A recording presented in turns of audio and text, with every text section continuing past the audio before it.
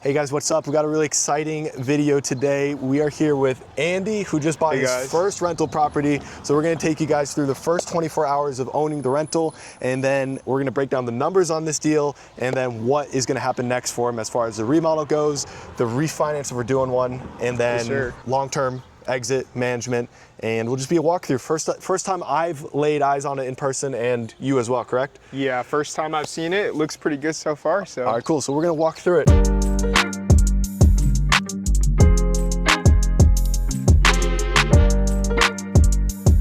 First thing, how much did you buy it for?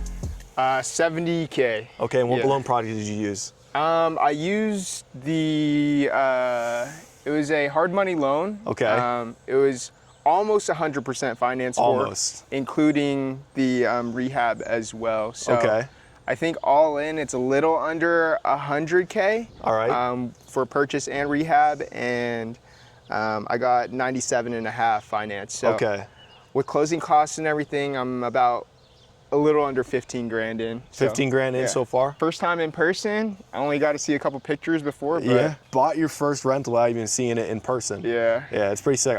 I like Sean, he did the same thing. Nick did the same thing. So honestly, like, it's crazy. All of us, you're 24, right? I'm 26. You're 26, I'm sorry. Okay, so all you guys that have been buying this stuff like sight unseen, 23 to 26. Yeah. And it's all the guys that are hesitant are always over 30. The guys we've brought in, they're like, I'm not sure, they're always over 30. So glad to see young ones getting in there. First 24 hours. So you closed what day? Let's get a little closer. I think it was last week. I think May 7th. You closed May 7th? May 7th, 2026. Yes, sir. So you closed May 7th, and you did a remote closing, correct? Remote closing, they sent a notary out to my apartment, and we just did it all in-house. All in-house. So you did a remote closing, and all your closing docs, what did you do with those? It was all in an email, right? Yeah, they sent it back to me in an email. Okay. I had to sign like papers, like actual papers, and then they scanned them in and then sent them right back to me. And did you, so that's one of the first things we used to not do very well at the title company was as soon as you close, take all their files and put it in a jacket, organize it.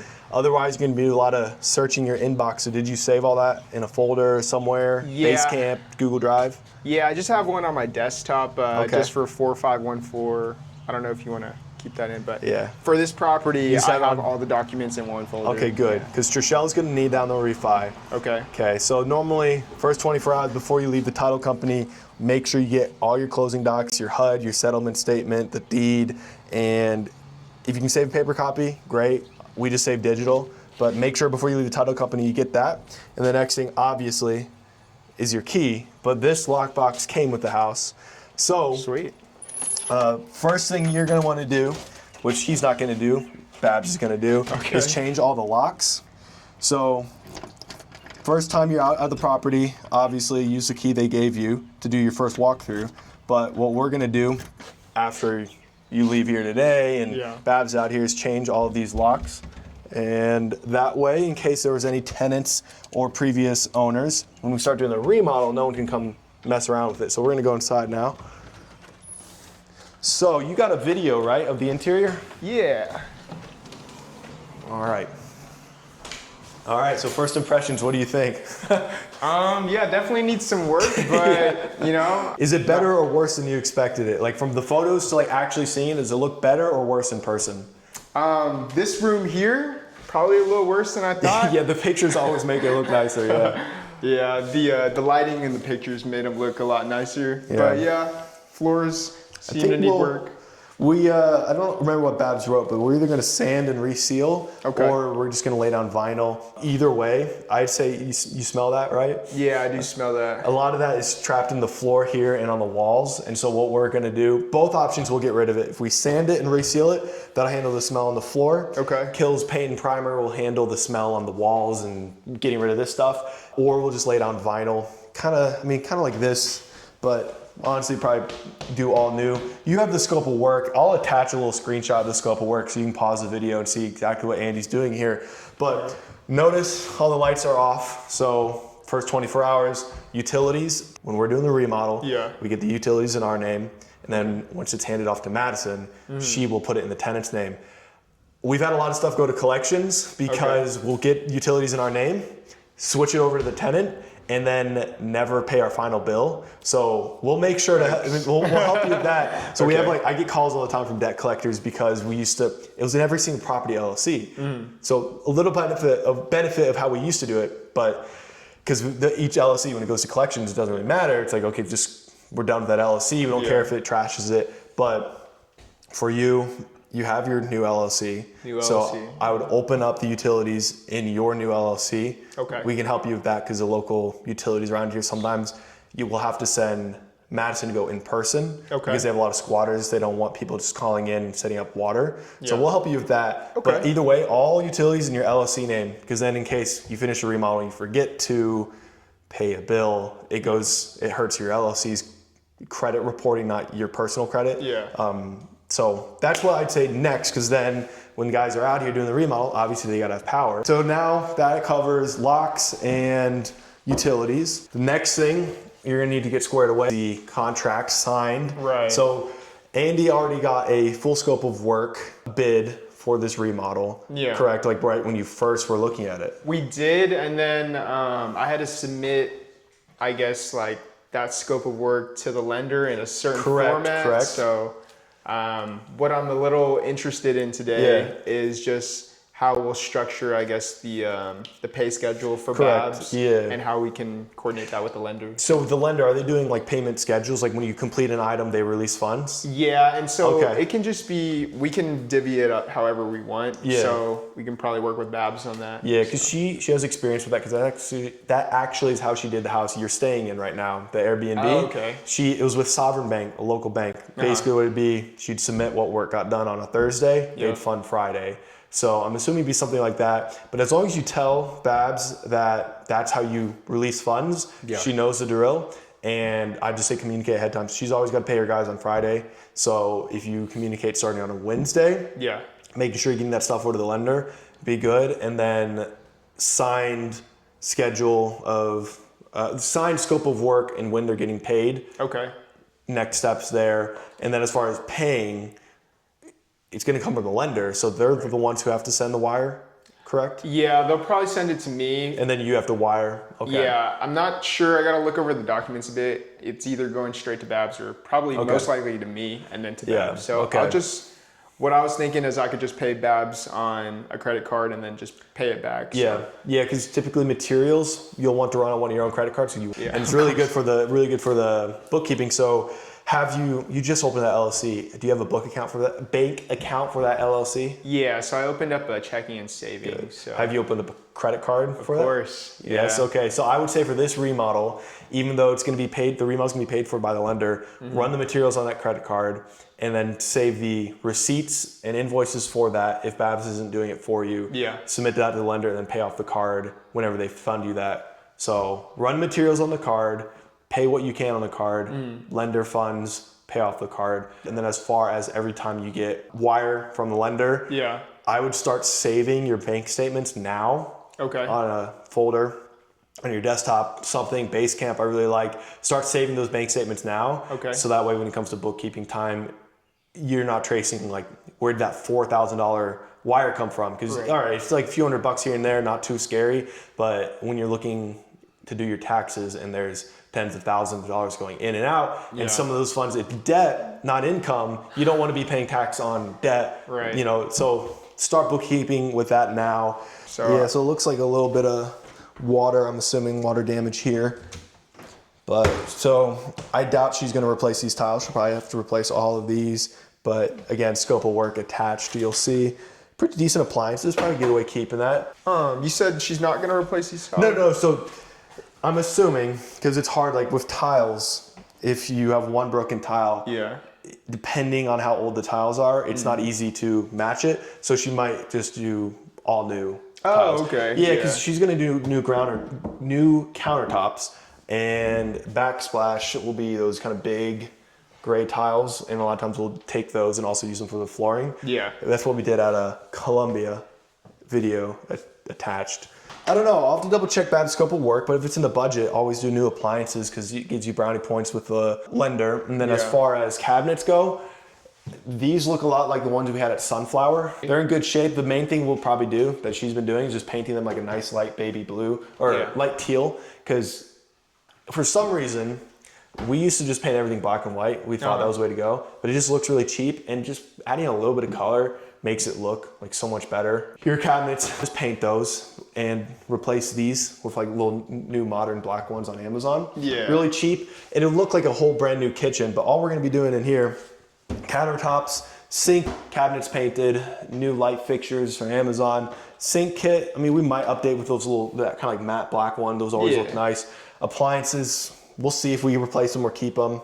Definitely that microwave, it's like stained yellow, gotta replace it. And then just making sure the GFCI, because we're gonna go for Section 8. We're gonna go for Section 8, so we gotta make sure GFCI there, and I think it has to be GFCI here, we're good, but making sure all the electrical in here, basically anytime you have an outlet by like water or like certain gas utilities, you have to have a GFCI plug, which is like a trips. And for Section 8, I didn't know this.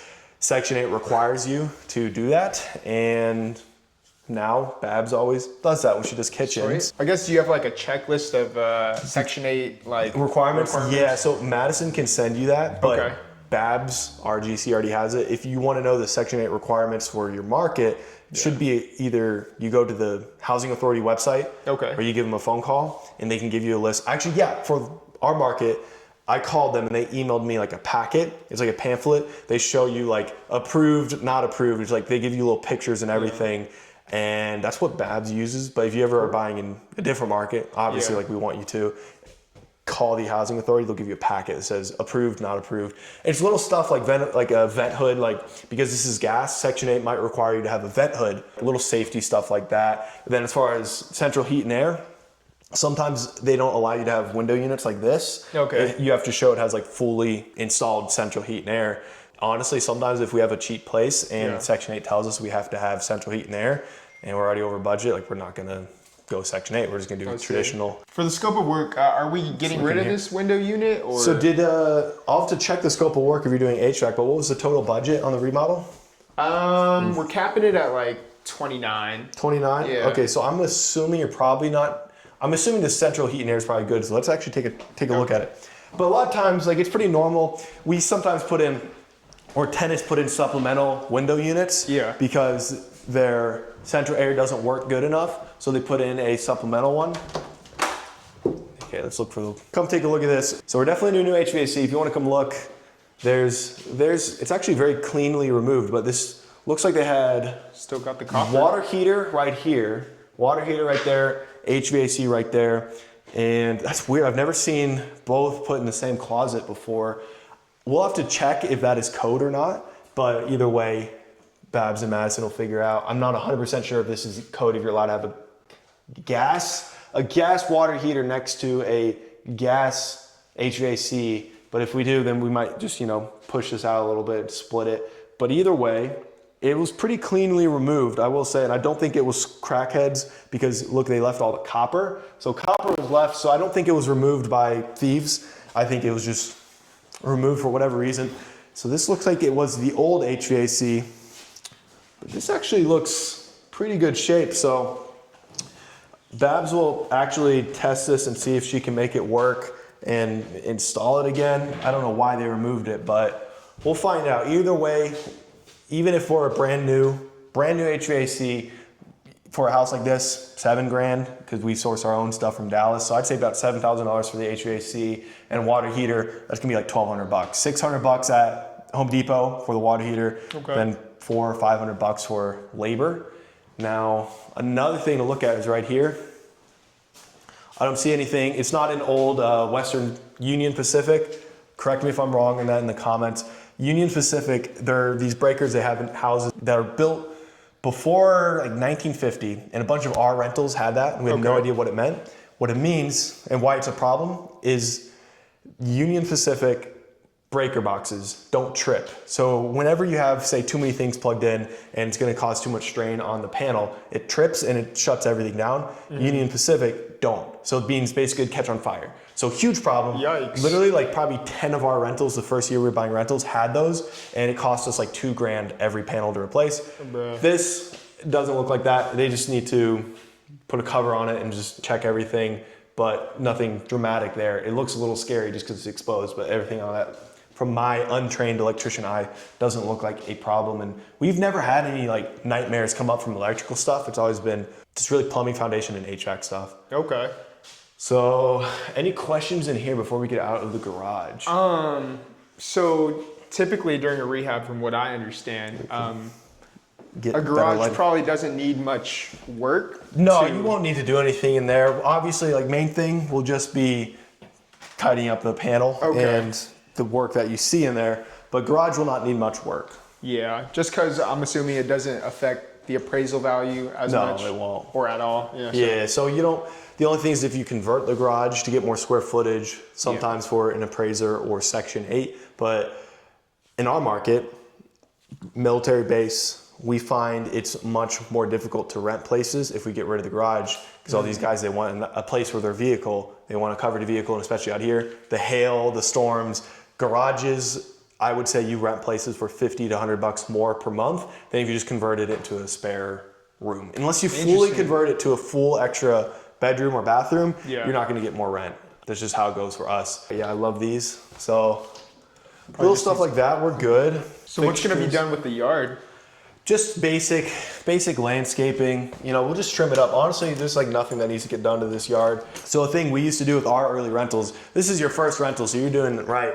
If we had stuff like this, we'd just keep it. And a difference that we do now and why our appraisals work so much better and our places get rented quicker is because of like stuff like this, actually fixing it, because my gut instinct would be, why would I spend money on that if it works? As far as stuff like that, and even like little details like this, light switch covers, they're a little yellow and tinged, like it's cheap. It's like 50 cents a cover. Yeah. We'll replace that. Okay, yeah. I mean, anything to get cookie points with the appraiser, right? Exactly. From talking to the lender, they're pretty focused on the cosmetic side of things.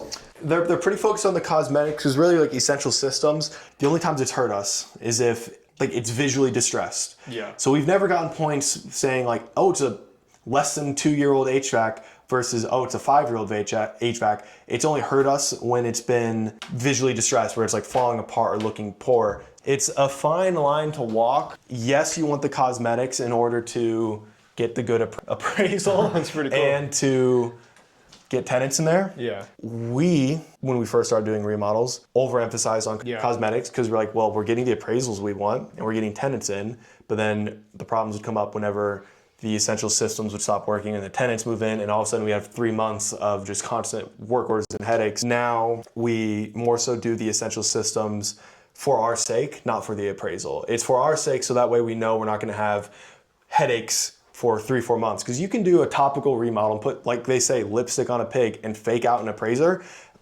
Great, but when you move tenants in there, your life's gonna be hell, because you're gonna get calls all the time. So essential systems are important, but they're less important for the appraiser, more important for longevity of the rental and your sanity. You want to keep this, or I mean, it's pretty enticing, but you want to take it home with you? Yeah, we'll try and figure that out. Yeah, we like to I've taken a few things from rentals before. It's always fun. I think a lot of the smell too is definitely these carpets. For sure. Yeah, y'all definitely can't see the smell, but it smells pretty musty in here. So we never do carpets in rentals. That means every time someone moves out, you got to replace them. So we like the indestructible vinyl. Something's going on here. Doesn't look like moisture from the attic at first. Yeah, I guess it's not falling apart. Yeah, it's just stain. But we'll of course get up in the attic and check for moisture. Okay. Very important. And the roof looked all right. We'll go out on the outside. For attics, main thing is making sure they're dry. Make sure they're dry. You want a dry shell, because then even before the remodel starts, so in the order we're gonna do it is focusing on the dry shell first. Okay. Because then if you have a dry shell, it's secured. Dry shell meaning rain won't come in from the top, water won't come in through the sides, the foundation dry as well. It can sit for a decent amount of time without problems. And if you're doing the remodel, you don't want it to go long, but if it does go long and it's vacant for a while, first thing has got to be dry. This stuff right here, that's easy fixes. That's just sloppy. I don't know what they were doing. Easy fixes. Yeah, some weird stuff like this we're gonna have to undo. Like, a lot of DIY in here. Yeah, a lot of DIY. Probably stuff like, honestly, this is not far from the stuff I was pulling. Cracks like this, I'm not too worried about. I mean, the foundation looks fine. Cracks like this, real easy, just texture and paint over. That happens with a house settling and moving over time. Yeah, this stuff is fine. I don't notice any major foundation stuff, and it's all crawl space. That's pretty sick. Really no big deal, just paint, and all these walls are getting painted anyways, so that'll get covered up. Blinds, got to replace. We used to not give tenants blinds, but Madison makes us do it now. So what are you paying on your hard money right now? It's about, I think it's around like 12.7% interest. Okay. So they're interest-only payments right now. So okay. It'll be like around $985 a month. And that's only until you do the refi, correct? Right. That's only until I do the refi, and if everything goes to plan, which hopefully, right, or it should be only about 3 months of holding it before we refinance. So okay. Yeah. 3 months holding it, the hard money. Your strategy on this, obviously, you're gonna be using that money to get through the remodel, and then you're gonna do a DSCR loan on the back end. What are we thinking this will appraise for? Around 130. Yeah. Sometimes appraisals are kind of like how you put it. It's honestly like Christmas morning sometimes when they come back. Because a place like this, we've had a few people in this neighborhood did their numbers estimating 125, 135 ARV. Yeah. And we've had a few guys come back, it's like 145 or something like that, and they call us, they're all excited because they're pulling out more money than they put in. And so Nate Barger, a lot of his videos, he shows people using a loan product like the one you're using, and then pulling out more than the hard money loan. So they put no money down and they're walking away with cash. Yeah. He does a lot of content about that, but it's very rare. And I think if you go into deals like this with the expectation of that, you're just going to be disappointed a lot, because that's a home run. But the whole point is that you do lots of them, and inevitably you'll have a deal like that. With this deal, I think if you're out of pocket like around 15K, fantastic deal. Yeah. Best case scenario, under $5 or even $0 out of pocket. Yeah. Best case scenario, crossing your fingers. But even if you're not, like, it's your first deal, you're getting the experience, and again, like, it's like rolling the dice every single deal, because you're rolling the dice on the appraisal, kind of rolling the dice on the remodel going smooth, kind of rolling the dice on the rental side. You can do a lot to minimize the risk, but at the end of the day, there is some unknowns. But the more deals you do, the more likely you are to have those home runs. So you're starting the numbers. Absolutely.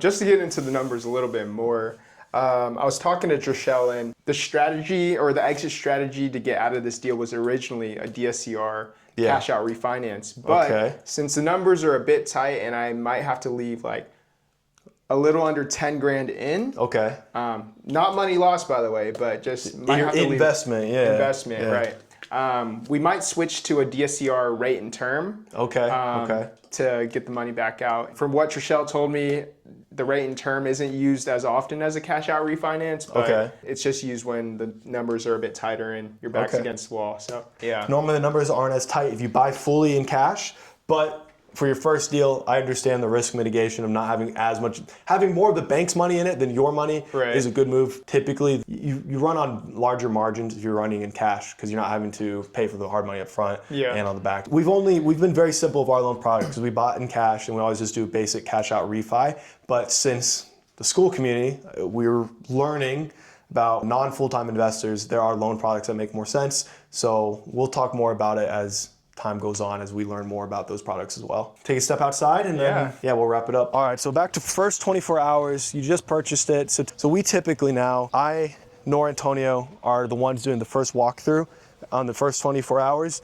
If you did escrow correctly, you should have had someone do a final walkthrough the week of close. And then after close, the main thing when you first get out of the property after you close and you're doing your walkthrough is to leave it, making sure it's secured, no unlocked windows, no unlocked doors, change the locks, and just making sure as well there's no emergencies going on, like a broken pipe, something flooding. But luckily right now all the utilities off, so there's nothing to worry about. But that's been our experience. We've closed on a property before, and we get on a Friday and we get up there on a Monday, and it's flooded. That's happened to us twice. What? It's happened to us twice, and so that's why now, like, okay, when we send someone out, it's not me or Antonio, it's our GC.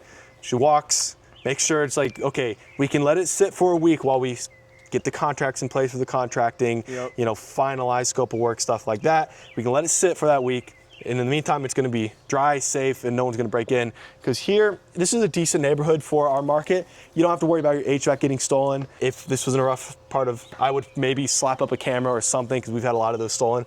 I wouldn't worry about it here. This is a nice area, like lots of eyes watching your backyard, so I wouldn't stress too much. So I was gonna ask, now that I'm up closer on the brick, I see like a lot of the mortar just sticking out. Is that gonna affect appraisals at all? I don't think so. Yeah, no, I don't think so. We haven't had any problems with that. Well, I don't think we're gonna paint it either, because I think that'd make it look worse. We'll leave it. You could argue it's the style. Okay. Yeah, but we're gonna leave it. We've never ran into issues with that. That might be something we can look into, but we've never corrected it if we have had. Appraisers just like, it's a brick house, check the box. They're not brick house but ugly. They just say brick house, a little check. ugly, so brick houses appraise so much better. Like all our best appraisals are brick houses. Here we are. You got all your documents taken care of. You've secured the property. Next thing obviously is securing in the scope of work, getting it all signed, the payment schedule, and then utilities, getting your utilities switched into your name, and honestly just set a reminder to switch it out of your name. And then other than that, I'd say make sure, Madison, if you haven't spoken to her, you can get to her through Babs. Okay. But make sure your property manager's aware this is coming up, because they can kind of help with, especially you're out of state, with the in-between stuff where it's not quite your you don't quite want to be responsible for it, and Babs isn't quite responsible for it. Yeah. The property manager can kind of help you with that gray area, like you know, stuff like going to the city to switch on water, like little stuff, because you want to have the handoff between GC to property manager being smooth, and you probably don't want to be personally too involved in down here. So and then insurance, to reach out to Trishelle. She's probably already got insured, right? Because I mean, for this hard money loan, I think insurance is already baked in. Good, yeah. For So like you're set. a year, so until then. So you're good. That covers all your bases, and then a full video of the current condition, which we got that right now. Of course. And that'll help the remodel. They say something was damaged, that they damaged, and they try to blame it on you. You got that receipt ready to go. Important things to look out for on the roof, these gutters, making sure they're working properly, because one thing I learned after, probably wasn't until about a year, malfunctioning gutters, broken gutters, can cause foundation problems, because the water just drains too close to the house and it causes foundation issues. So that's one thing we look when we're obviously walking to buy property, but for his property, because now it's gonna be sitting here, we gotta make sure that not only is the roof dry and functional, that the gutters are draining correctly, which it looks to be fine, because what you'll see, if the gutters are not draining properly, you'll have kind of like a channel kind of starting right here and splashing up on the foundation, and that'll just cause problems, and that's just regular maintenance. So one thing that Madison does great is about every quarter, she goes by all the properties and checks stuff like that to make sure. And then also up here, you see any little holes for squirrels, you got to get that sealed.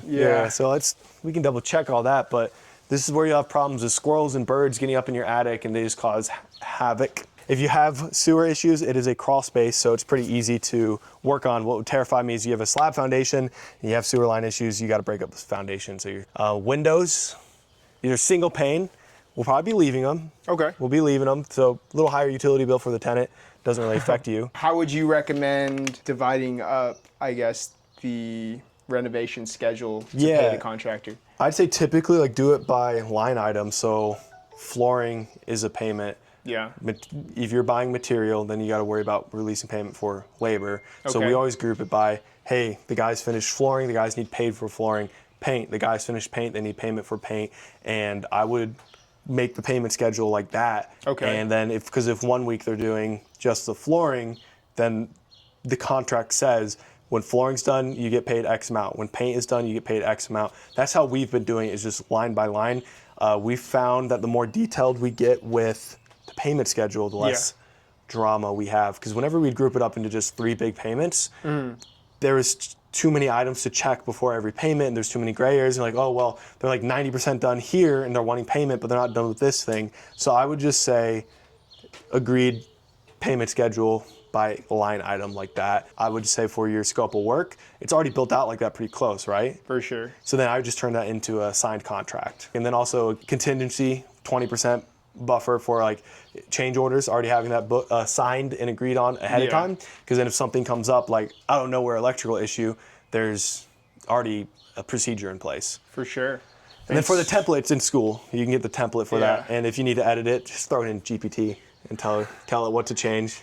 Sounds good. Yeah. I had another question. You'll probably have to come back to me on that one just because I forgot it. Property management, anything Property like that? management. Yeah, so once all the work is done and we pay the contractor off, how does that exactly get handed off to the property manager? So the first thing she'll want from you is a signed agreement, a property management agreement. Okay. And what this does, it protects both of you guys. The main thing we learned from switching from self-managing to using property manager is a licensed property manager will carry a good amount of liability if they're negligent in owning and managing your property. Okay. So that's the one thing that contract does on your end is protects you. So saying like this person, this individual, this business, this entity is responsible for managing my property and carries a lot of liability. Now, obviously, you're still the owner and you can still you're still on the hook for certain things, right. But they can front a lot of it. And then on her end, it just protects that, obviously she's going to get paid and like you commit to a certain amount of time using her. Once that's signed, all she needs is really your bank information.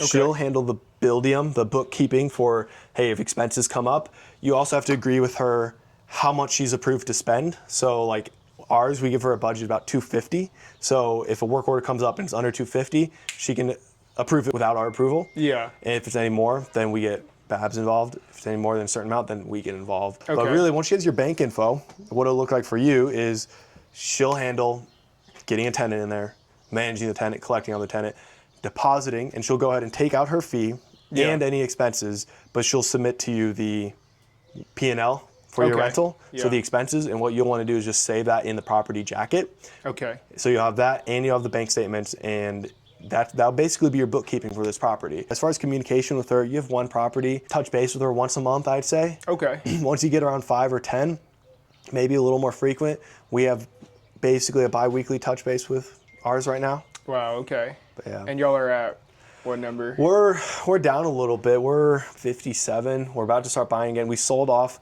the compound, the 6th Street compound, and we're maybe selling off the apartments just because, just because we like single family houses so much more. Yeah. And the most we were approved for loan to value on the apartments was 60%. It sucks. So we can't get our cash out, and it's at like a 10% interest rate. So we might be selling those off.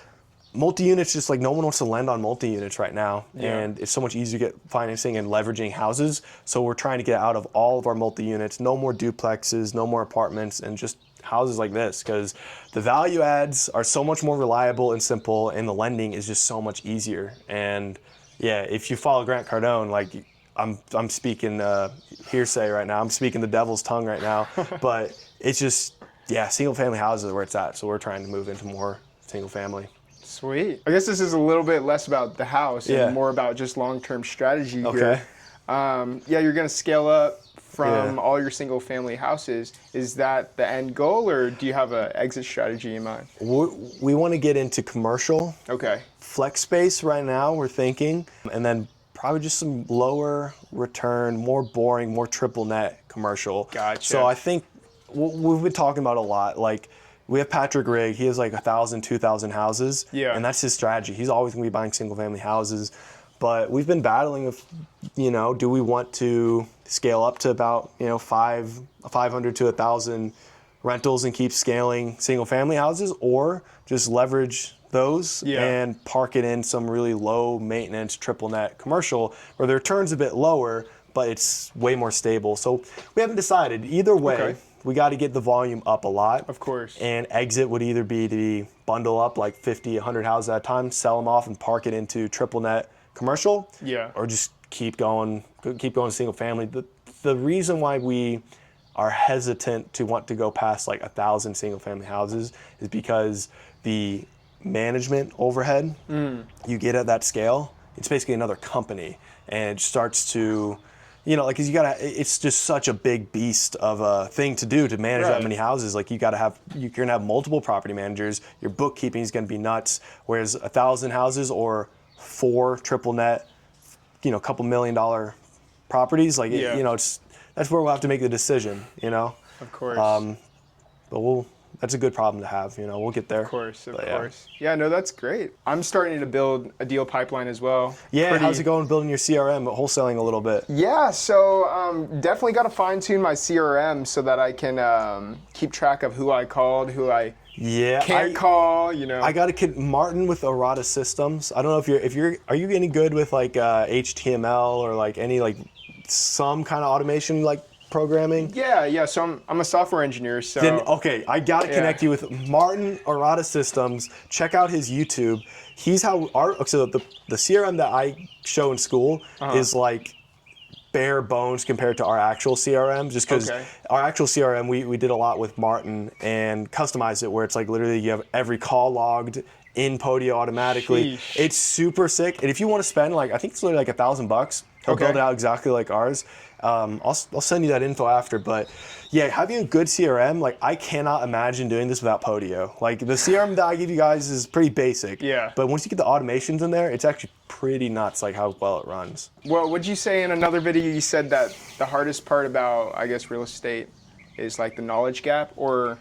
It's honestly the hardest part is just like having the stomach to keep doing deals. Because it's kind of, so you know that scene in Harry Potter where he's having to drink the water? You have to keep drinking like you said, remember? He tells Harry before, he's like, no matter what I say, you have to force me to keep drinking the water. That's exactly what your first 5 to 20 rentals feel like. Your first 5 to 20 are gonna be so painful and suck. Now, obviously you have a little bit more help, it will suck less, but you're fully raw dogging it, doing it yourself. You might clip that, it sounds bad. If you're fully doing it yourself, it's exactly like that, where the solution to your problems, like, oh my gosh, I just had to replace a roof, HVAC, like these properties are bleeding me out dry. The only way out is to buy more rentals, so that way the volume makes up for it. So yeah, if you have 2 rentals and you have to replace an HVAC, there goes your cash flow for the entire next 2 years. But if you have 20 rentals and you have to replace 1 HVAC, it's not as big of a deal. I kept telling this to Antonio when we were at like 5 houses, like, hey, I know this sucks so much, but all we have to do is keep getting our cash out and buy the next deal, buy the next deal, buy the next deal. And that's the same thing that Patrick Rigg, who has 2,000 houses now, said, like, the first hump you got to get over is 50, which sounds like a lot, but once you get a good CRM running and good systems, you're doing a house a month, it comes like that, and you start to buy packages. So it's exactly like that scene in Harry Potter. You just have to keep buying the rentals until the volume picks up and you get escape velocity. But those first ones, I think this is why there's so many investors that are in the like 3 to 5 house graveyard, where they get to house 3, 4, 5, they run into a few problems, they're like, real estate's terrible, they quit, and then they are forever going to be a troll on the internet being like, you'll never make money in rentals, or real estate's cooked. But they died in the 3 to 5 rental graveyard because when they started running those problems, they thought the solution was stop buying real estate.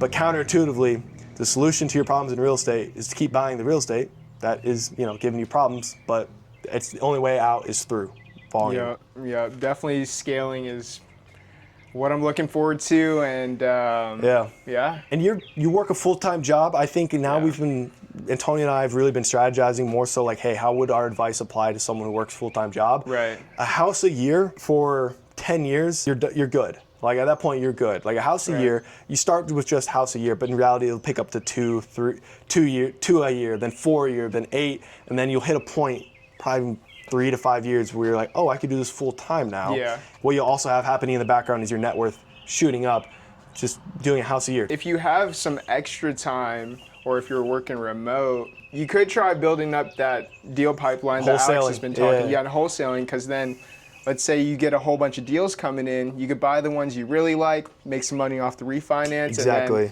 all the other deals, you can still make a couple grand off of it by selling it to other investors and just dumping it back into real estate. So that's the goal for me. That's exactly where you should go. And shout out Jacqueline Klein. One of our first wholesale deals, he took us out to dinner and he gave Antonio and I basically the roadmap is build a pipeline of just deals coming into you, wholesale on autopilot, cherry pick the best deals. It's hard to do. It's going to take you a few years to get there, but it's really worth it because then your portfolio just grows on autopilot. But it's going to be a grind. It is hard, but it's worth it. And like mailing, PPL, if you start to get a budget, that's where we're finding cold calling's kind of, it has not been as reliable, but it's still cheap.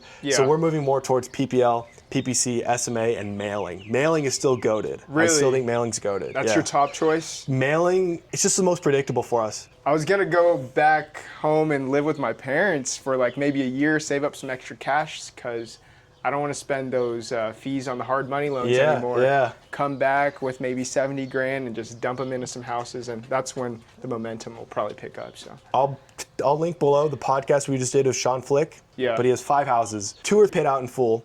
but he started with 70 grand, Yep. bought his first rental, went from 1 to 5 in less than a year because he did exactly that. Saved up 70 grand, now he's got 5 houses, and he could quit his job if he wants off of cash flow. He's cash flowing Wow. about 3 grand a month, but it's because he saved up the 70 grand, lived with his parents, bought his first in cash, refinanced, and yeah, I think this next year he'll be at 10. And same thing, Holy. Nick and Leonard, I'll tag their podcast below as well. New York Police, he's worth probably about, I'd say almost close to like 2 million now, because he bought a house up in Long Island with his brother. Yeah. While living with his parents for 700 grand. It's probably worth maybe $1 million now. Mm-hmm. Then they bought their first house out here, also all in about 70, 80 grand. Yeah. But now they're up to 5. If you just stack your cash and buy real estate, like, dude, live below your means, and you wouldn't have to be working a job if you can just stomach saving up cash for 2 years, you know? Of course, yeah. I mean, I'm super grateful that, you know, I have the opportunity to move back in with my parents. Yeah, for I know sure. not everyone can do that, but however you can save cash, that'll probably be the way to go. We'll do a follow-up on this house when it's completed. If you guys want to be treated like Andy here, link below to apply to work with us. And other than that, if you want to learn how to invest like Andy's doing, join the free school community, link below. Otherwise, comment what you want to see more of, and see you guys next time.